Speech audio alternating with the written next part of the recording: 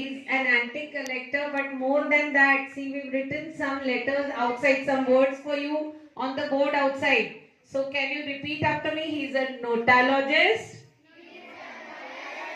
a numismatist, and an antique collector. Now, who knows the meaning of this? Who knows the meaning of this? Yes, Nikansh, can you tell me? Numismatics means collector of old coins and Currency. currencies, and the notalis means collecting old notes of currencies, and antique collector means the collector of Old things. Very good. Please clap for Nikansh. Now, even if you not understood everything entirely, Purvesh will be explaining you. So now, can you see? Can you guess his age? He is 80 years old. No, then guess his age. So he is hardly 17 years old, 18 years old, very, very young. And at this age, can you see what a huge collection he has? It's almost 10 table long, right? Okay, now he will tell you how he developed this hobby. Okay, so now I'll first tell you how I met him. So last year, there is one school called, can you tell me the name of your school? Flying Colors Universal School. Flying Colors Universal School is in Pathadi near Pandolena. So I was invited as the chief guest of their annual day, and that's where I was introduced to young Purvesh. So I spoke to him, and his principal told me that he is very fond of collecting coins and notes. I said, wow, you're so small. He was just in 12th standard last year, and he has such a beautiful collection. So he started developing interest when he was 10 years old. How many of you are 10 years old? आप ऐसे 10 साल के इतने सारे हो, आपके पास कोई collection है? Do you have a hobby or a collection? Yes, so Purvesh Bhaiya got interested in collecting coins, currencies when he was 10 years old, and then he started meeting experts. Have you followed what I am trying to say? He started meeting people who collect all coins and notes and old notes, currencies of various countries. So हमें भी hobby होती है. Okay, कोई stones collect करता है, कोई stamps collect करता है, कोई चेस पीसेस कलेक्ट करता है, कोई मैच बॉक्स कलेक्ट करता है. बट भैया ने सिर्फ कलेक्शन नहीं स्टार्ट किया. भैया ने क्या किया? वो उन लोगों से जाकर मिले जो ये करते हैं. और आपको पता है करेंसी नोट्स और इनकी वैल्यू करोड़ों में होती है, ओल्ड नोट्स की. So then he started his own collection. Even Harsh Bhaiya does coin and note collection, has his own notes collection. I used to do it, and I gave all so many things. Slowly he got interested in old cameras, tape recorders, radios, all those things Bhaiya will tell you. Okay, and I'm covering them deliberately so that it's a surprise for you when he speaks. So, would you like to know about his journey? It needs a lot of patience. आप लोग क्या करते हो? Mummy को बोलते हैं हाँ हाँ मुझे अभी नया बॉल लाके दो, बैट लाके दो, मैं क्रिकेट शुरू करूंगा. ओके, थोड़े दिन में क्रिकेट से बोर हो जाता है, फिर आपको स्केटिंग करना होता है, फिर आप बिल्डिंग ब्लॉक्स खरीदते हो, फिर मैग्नेट सेट खरीदते हो. ऐसा नहीं है. कोई भी हॉबी आपको अगर इनकलकेट करनी, you need lots of dedication and patience. And do you know now he is in his first year college BCom plus. Following his interest in financial currency, he is trying to become a CA. And at this young age of 18 years, he has cleared his first level chartered accountant examination. Why don't you clap for him? So, आप अपना passion, अपना hobby, उसके साथ यहाँ भी क्या चल रहा है?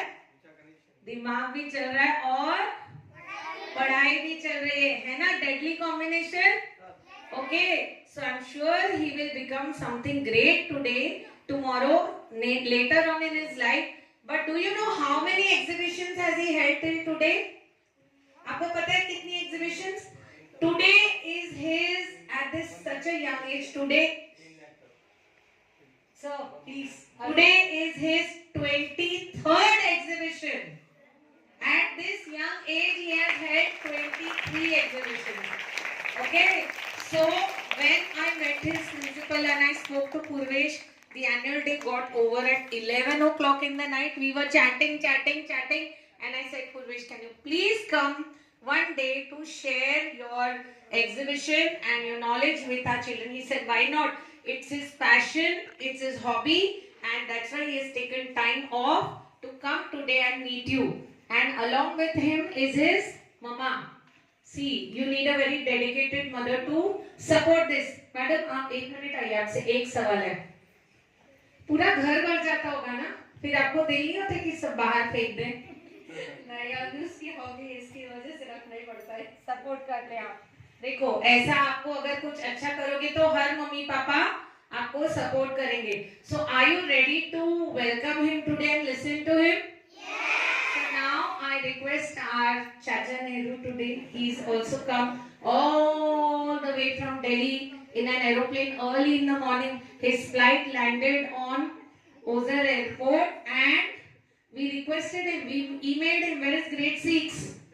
हाँ, हमने चाचा नेहरू को ईमेल किया था. आपको है ना हिंदी में ईमेल लेखन? उनको ईमेल किया था कि क्या आप हमारे स्कूल में दियान के बच्चों को मिलने आएंगे? He said, why not? East or west? And I also told him that there is a young prodigy in the school who's coming to meet you. So he is very happy, and let's welcome him with a memento. I will also call Prajwal forward, and I hope we have a wonderful session. Okay. Happy Children's Day. कैसे आप सब लोग? Nice. Exam का tension है? नहीं है? Okay. तो थोड़ी देर के लिए अभी हम एग्जाम को भूल जाते हैं एंड आज हम कुछ नया इंटरेस्टिंग सीखेंगे एंड देखेंगे भी. सो एग्जाम की तैयारी हो गई? पढ़ाई चल रही है अच्छे से? मजा आता है स्कूल में? है ना? मुझे भी बहुत आता था. मैं तो स्कूल में बहुत मस्ती करता था, बहुत मजे करता था. मेरे स्कूल में जितने भी एक्टिविटीज होते थे मैं तो सब में कंपलसरी पार्ट लेता था. एंड मेरे टीचर्स हो, मेरे प्रिंसिपल मैम हो, सबने हमेशा मुझे सारी चीज़ों में आगे रखा था. So I was very active in all the co-curricular activities during my school days. So somewhere from there ये hobby start हुई थी. इसके बारे में हम देखते ही हैं. So अभी let's come to the point कि आज तो हम देख रहे हैं in 2025 कि ये कलेक्शन है, इतने सारे चीज़ें हैं, ये मैंने कलेक्ट किया over the years. But let's try to understand कि ये start कहाँ से हुआ. So ये हॉबी स्टार्ट हुई back in 2016 when I was just 10 years old. So मैं भी आपके ही एज में था एंड छुट्टी मिलती है तो मुझे तो एंजॉय करना है. So उन्होंने कुछ देखा कि क्या जा सकते हैं. देन न्यूज़पेपर में एक आर्टिकल था कि there is a numismatic exhibition in Nashik जहाँ पे ओल्ड करेंसीज है, बैंक नोट्स है, करेंसी नोट्स है, एंटीक्स है. सो उन्होंने सोचा कि चलो यहाँ जाके देखते हैं कि क्या है, लेट्स सी. सो मैं तो ब्लैंक था. मुझे तो आपकी तरह एटलीस्ट आपको अभी पता तो भी गूगल की वजह से कि न्यूमिस्मेटिक्स क्या होता है या नोटाबिलिटीज क्या होता है. मुझे तो पता भी नहीं था कि ऐसे लाइक कुछ होता होगा. सो हम वहाँ गए. देन मैंने धीरे धीरे चीज़ें देखी. पहले तो कुछ समझा नहीं. अभी आप जैसे ब्लैंकली देखोगे ऐसे मैं भी ब्लैंकली देख रहा था. फिर कुछ लोगों ने इंटरेस्ट देखा मेरे अंदर, धीरे धीरे चीज़ें समझाई. देन समझने लगा ओके ऐसे कलेक्शन होता है, ये करेंसीज है, पहले ऐसे कॉइन्स हुआ करते थे. एंड वो धीरे धीरे somewhere it started catching my attraction. I got fascinated to everything कि अरे वाह एंड धीरे धीरे वहाँ पे और लोग मिले जिन्होंने सपोर्ट किया. देन फिर मेरे माइंड में आया कि let's start a collection and मैं भी ऐसे एग्जीबिशन रखूंगा मेरा. बट पापा देन सेड कि this is not a one day journey कि हम स्टार्ट करेंगे and you will immediately have your exhibition. जिनका यहाँ पे एग्जीबिशन है they have much more stuff. 3 coin मिले थे जिसमें से 2 5 रुपी कॉइन्स थे पुराने एंड एक 1 रुपी कॉइन था. वहां से फिर मैंने कलेक्शन स्टार्ट किया. देन अभी उस टाइम पे मुझे जो पता था रिसोर्स कलेक्ट करने के लिए वो एक ही था कि जब एग्जीबिशन होगा तो मैं कलेक्ट करूंगा. बट एग्जीबिशन होता था साल में 3 दिन, तो फिर बाकी के दिन मैं क्या करूंगा. तो पापा ने बोला कि there is one initiative that you will have to take. कि जैसे अभी मेरी दादी के पास 3 कॉइन्स हैं, उनके एज के जो और लोग होंगे शायद उनके पास और कॉइन्स होंगे, किसी के कबर्ड में, किसी के लॉकर में, किसी के शॉप में, किसी के पर्स में. You never know, it is a daily use thing. सबके पास पैसे होते हैं, कौन कहाँ रखता होगा, किसने क्या संभाल के रखा होगा, यू नेवर नो. सो मैंने बोला ठीक है लेट्स ट्राई टू फाइंड. तो मैंने एक हैबिट डेवलप की थी कि मैं जिस भी पर्सन से मिलता था अगर वो एक सम गुड एज के है, सीनियर पर्सन है, सो मैं कंपल्सरीली उनको अपने हॉबी के बारे में बताता था एंड उन्हें पूछता था कि आपके पास कुछ है, आपके पहचान वालों के पास कुछ है. तो पहले तो किसी को समझता ही नहीं था कि ये क्यों जमा कर रहा है. बट फिर धीरे धीरे लोगों को समझा कि अच्छा ही इज कलेक्टिंग, ये इसकी हॉबी है, ही इज परस्यूइंग दिस.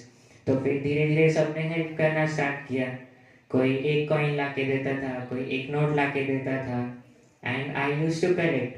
फिर जब थोड़ा कलेक्शन बढ़ा देन फिर जब मैं नेक्स्ट एग्जीबिशन में गया तो someone gave me a very good advice कि यहाँ पे जितने भी लोग हैं यू मीट देम वंस और ट्वाइस ए ईयर जब एग्जीबिशन होता है.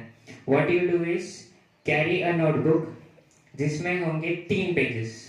One will be a contact page, one will be a page where you will list down what you have in your collection, and one list will be what you are missing in your collection which you will be looking for in the entire exhibition.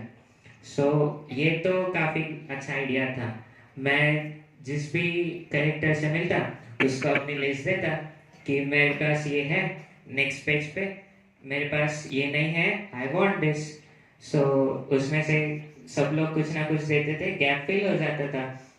And front page पे जब हमारा मिलके हो जाता था तो मैं compulsorily उनका नाम एंड नंबर नोट कर लेता था. सो फिर इसका एक बेनिफिट ऐसा हुआ कि जब मैं घर जाता था तो उनको कंपल्सरीली मेरी तरफ से टेक्स्ट करता था एंड वहाँ से धीरे धीरे फिर वो एक लॉन्ग कनेक्शन बन गया कि not just once in a year but from the phones we were connected every day. जब भी मेरे पास कुछ आता मैं उनको दिखाता था, उनसे सजेशंस लेता था या फिर किसी चीज़ के बारे में इंफॉर्मेशन चाहिए तो उनसे लेता था. धीरे धीरे किसी ने रेफरेंस दिया, किसी ने ग्रुप्स में ऐड किया और कॉन्टैक्ट्स बढ़े और इंफॉर्मेशन मिला. Right now today I am member of over 10 plus groups.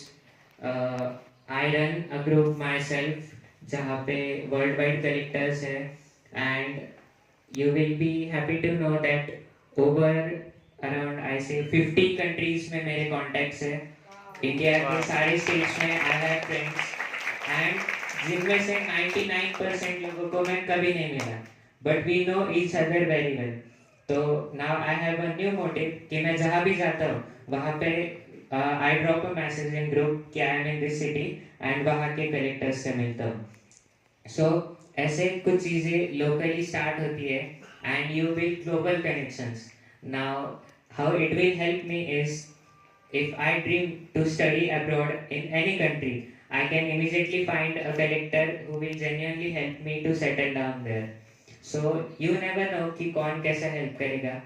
And there's been a जहाँ पे You believe me, I give you an example. I was in my mom's native place, which is a very backward area, you can say.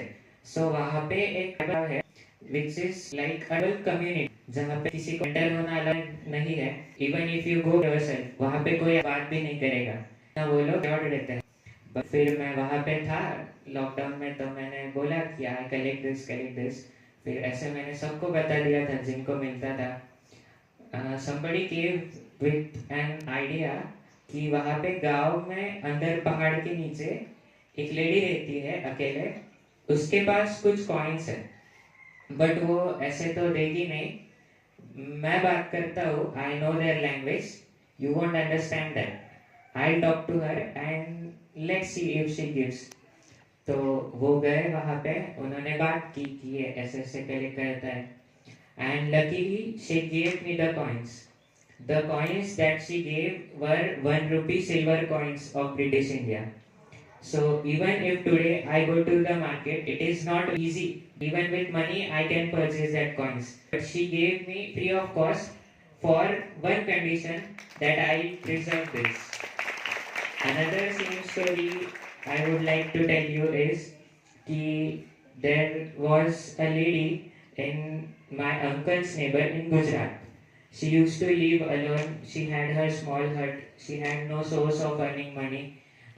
She had 2 kids, one of which was dead due to disabilities, back very old. One was there who was a drunk addict, so he never used to look after her. So my uncle used to help her out of genuine pity and sympathy that she's an old woman, so he used to offer her medicines, her some food and that stuff. She was so poor that she couldn't even afford her own medicines and everyday food.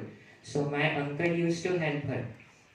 So ये uncle एक दिन ऐसे ही बात कर रहे थे किसी say about me कि मेरा नेफ्यू है, ही कलेक्ट सो एंड वो दादी ने सुन लिया. And that Dadi told कि you meet me in person at night and I'll show you something. And uncle को समझा नहीं कि ये क्यों बुला रहे, क्या दिखाएंगे, मतलब झोपड़ी में क्या ही होगा देखने लायक. But still he went there. तो उन्होंने बोला कि मेरे पास कुछ कॉइन्स है एंड कुछ नोट्स हैं जो मैं आपको दूंगी, उसकी स्टोरी भी बताऊंगी, but you have to promise me कि आप ये कभी बेचोगे नहीं, and you will preserve it with your whole heart, and to its finest you will try to maintain and preserve it. So he said yes, हम तो यही करते हैं, like we preserve everything. तो she said okay. तो what she gave is उन्होंने कुछ पुराने कॉइन्स दिए जो like अंकल के लिए रीडेबल भी नहीं थे, बट उन्हें समझा कि this is something very old, तो ये रख लेते हैं. And then she came up with a 2 rupee note, which is technically called as an olive green 2 rupee note, जो आज काफ़ी रेयर है. I have only one of that note. मुझे वो नोट डबल कभी नहीं मिला कहीं पे भी, इतना रेयर है. And what she told is कि my husband was a worker at the Maharaja's palace, king of Baroda. So he had colleagues over there जो राजा के लोग थे, राजा के दरबार में काम करते थे. एंड जब मुझे पहला बेटा हुआ था तब हमारा उनकी तरफ सर्विस इतना अच्छा था कि राजा के लोग खुद हमारी झोपड़ी में हमारे बेटे से मिलने आए थे. एंड उसे जब उन्होंने आशीर्वाद दिया तब ये नोट और ये कॉइन्स उसे दिए थे. So from then till now it is, जब उन्होंने मुझे दिया था मे बी 3 years बैक, तब उस बात को हुए थे 52 years. सो इमेजिन कि 52 years उन्होंने झोपड़ी में वो नोट एज इट इज संभाल के रखा था एंड वो कॉइन्स रखे थे, and that has been pass to me. So ऐसे चीजें comes with stories.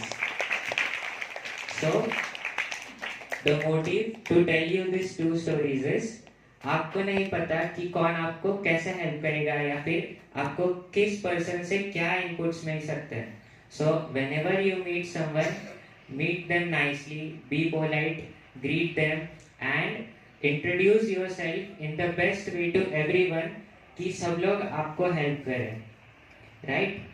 Then second thing that I will tell you is जब मैं आपकी एज का था, आप लोग स्कूल जाते हो, मैं भी बाद में ट्यूशन जाते होंगे, एंड देन शाम को सब लोग खेलने जाते होंगे, राइट?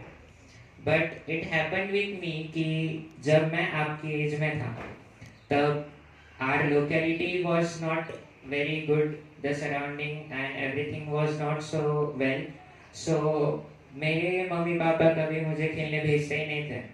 सो मैं हार्डली कभी खेला हूँ नीचे फ्रेंड्स वगैरह के साथ. मेरे लोकेलिटी में कोई फ्रेंड्स नहीं है, जो है सब स्कूल में थे, बाहर थे. तो मैं घर पे एक बार आ गया कि मैं घर पे ही रहता था.